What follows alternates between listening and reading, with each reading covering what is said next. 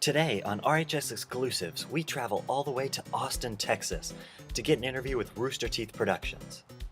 This internet-based company is the winner of several prestigious awards. It's most well known for its machinima series, Red vs. Blue. Now, for those of you who don't know, I'm here with Brandon and Chris, and they work here at Rooster Teeth in Austin, Texas. That was a good wave. We nailed it. How would you describe Rooster Teeth as a company? Man, that's a question or an answer that's kind of changed in the last few years. Now it's definitely more of a big production company, which, has its advantages and disadvantages. But the big thing is, we can work on stuff that's pretty large scale, which I think is pretty cool. Yeah, I mean, essentially it's an entertainment comedy. Internet website company. community. Yeah. So, I mean, I think the main thing is produce content that's generally comedy, gaming related, and but also there's the community aspect. I don't know, it's a lot. It's a complicated. Yeah. There's a store. There's like shirts that are sold. Convention. Yeah. So. Could you explain about how this company was formed? Well, Matt and Bernie wanted to make a movie, so they made a movie in college. Those are the founders of the company. A couple of them. They made a movie in college, they worked really well together, and then a few years later Bernie started working on this thing called Red vs. Blue, and slowly you have his friends that started coming into the company and kind of building it from scratch. So it really just started with friends working on something they liked, which I think is something that stayed true to the company till now. Was it difficult to obtain advertisers and create a money-making system? Well, I mean, the big thing wasn't really advertising at first, it was just DVDs. So it was one of those things that the fans were supporting the company, which I think is pretty cool.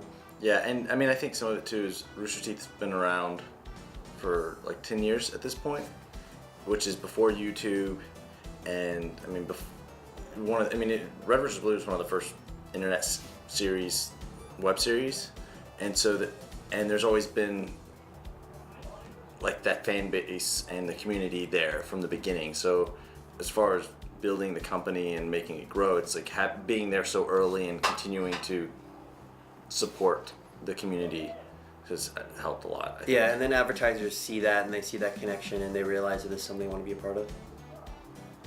Cool. How did you start working for Rooster Teeth?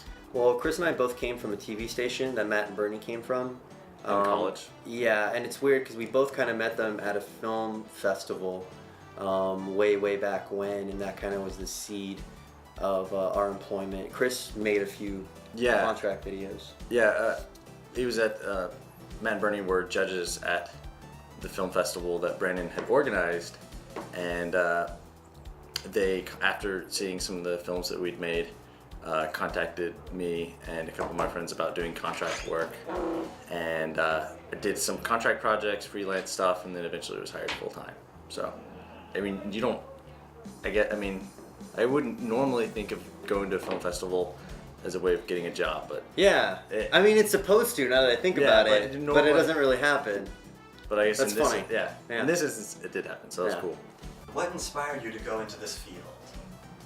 Just like making videos, like making movies. Yeah, I mean, nothing too complicated.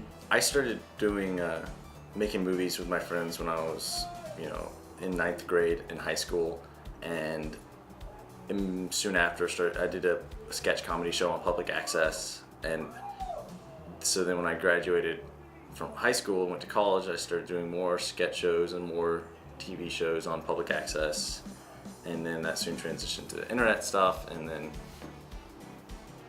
so I've just been doing it for a long time. What kind of education or experience did you get which made you better prepared for the job you have? Well, we both went to the film school, IUT, and then we both worked at the TV station, which was good because it was just extra stuff that we had to make. I mean, the more stuff you make, the better you'll get. Yeah, I mean, I think that was the biggest thing for me, was getting all my really bad stuff out of the way when I was younger. I mean, I still make bad stuff sometimes, but like getting most of my bad learning experience projects done when I was younger, and then so by the time I was done with school in college, I refined my craft a little more, so that helped. What advice would you have for aspiring artists who wish to get into the online media industry? Start making stuff, just start working and creating, and get all, like Chris was saying, your bad stuff out of the way and be able to show people, like, look at all the good stuff I can make. So if you want to do it, just do it. Yeah, I mean, I think a lot of people think that, oh, I can't start doing it until I get a job or till someone pays me to do it, or, I need to wait for that big break. But the big break doesn't come, and it happens whenever you're already making stuff and you just put stuff out and make it, and then, hopefully one of them gets noticed by someone. You can't apply to work someplace and say, well, I want to learn, and it's like, you need to be doing this stuff. Yeah. What's your favorite part about working for Rooster Teeth? For me, it's getting to make projects I'm excited about. And working with fun people, a good work environment where it's like everyone I'm working with are people I'm also like, oh, let's go get a drink, or let's go hang out. We never get drinks. Yeah, well, everyone but you. I'm speaking generally about the company, but not specifically about you. But so pretty much everyone but Brandon is just a great person. So, and that makes coming to work a lot of fun. I agree with that. What's the hardest part about the job? Because everyone seems to think that all you do is play video games and have fun. It's a lot of work. I definitely think it's one of the more demanding jobs, really, out of the people I know and what they do. It's a lot of time and a lot of effort, because it's one of those things that it's hard to just say, no, I'm done. I mean, you'll always want to work harder and make something as good as it possibly can be, which has its advantages and sometimes its disadvantages. But it's a lot of hard work. Do you enjoy the online fame and recognition? I don't think there's a lot of fame. It's cool interacting with fans, when fans recognize us, that's pretty awesome. And because really, without them, you really have no way of knowing if your stuff is being well received, and if they enjoy it, and especially enough to when they want to say hi. That's pretty awesome. Yeah, that's one of the coolest things about working here is being able to get feedback on such a large scale, and having so many people watch something that you're proud of. What's your best success? To me personally, everything. Every time I make a project, there's always things I want to improve on, and there's always things I want to do better next time. So even if there's something I consider successful, I don't consider it my best success, because I want my next project to be my best success. So I don't know. It's hard to say, because I'm hypercritical of my own stuff. So. And what direction do you hope the company is going? Well, I think it's going towards making stuff that's not only better but bigger. We're excited. We consider ourselves a production company, a movie company. People think Red vs. Blue is a web show, but it's edited together to be a movie, a feature-length movie. Same thing with Ruby now. And even the shorts, when you put them together, are pretty long. So I think we just want to do bigger and better stuff, and I think we're in position to do that. And I think, to me, the most exciting thing is focusing on telling bigger stories. What is the advantage of hosting videos on your website over hosting them on YouTube? Well, there's more of an intimate relationship between us and the people who watch it. Obviously, we look at the comments extensively and we interact with those people, and you're more a part of the community, because our website is itself a community. It's not just a landing page, whereas YouTube is kind of like a catch-all. But YouTube's great for showing people stuff that haven't seen the content before. Yeah. So it's not like one is necessarily better than the other. Yeah, that's the biggest thing. It's like on the roosterteeth.com, you have a profile with a picture, and you fill out information, and then you can interact with other people. This doesn't hurt a lot, but it's like a nagging burn. It's like, I don't know how that's. It's like really annoying. You know what I'm saying? It's just like, I wish it would just like. Exactly. Painful. And that's why it's important to go to roosterteeth.com. How did the idea of building the community come about? Did it just come with the greater recognition, or was it an idea where you decided to build this community? Well, there was a community before there was a show. They did Drunk Gamers for a while, which is a predecessor to Rooster Teeth.com. Yeah, these are the founders of the company. Jeff, Bernie, and Gus had a website, and then Bernie made this episode of Red vs. Blue, and the community came into the company.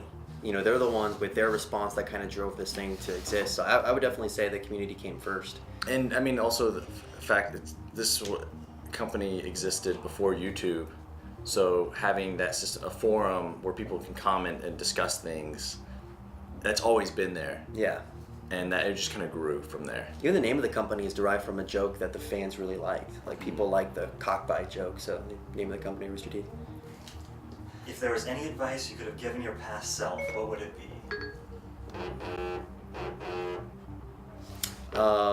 My past self, Take the blue pill. Or is it the red pill? I don't know. I would tell my past self to think about what I would tell him so he's more prepared than I was For this in question? that situation. Yeah, probably I shouldn't have had that shot. All those nights. Of morphine. Yes. And this is one that we got from another community member over at UGA. Which Lord of the Rings character would you be and why? I tell you who I wouldn't be. Gandalf. Because he is the weakest wizard Me and I've ever Brandon have a seen. debate about which is a better, like who. I mean, I completely argue that Gandalf is a great wizard, and Brandon thinks he isn't because He's not a good, like, all he does is break walls. No, I don't want to get into this debate. I mean, obviously Aragorn would be pretty cool, but you know, that might be a little. I don't know if I could pull that off. Fireworks. I don't know if I could pull off Aragorn, so I would accept, Mary, just as a, or any of the hobbits really, because I don't know if I could pull off Aragorn, but I'd be honored to try. Fair enough.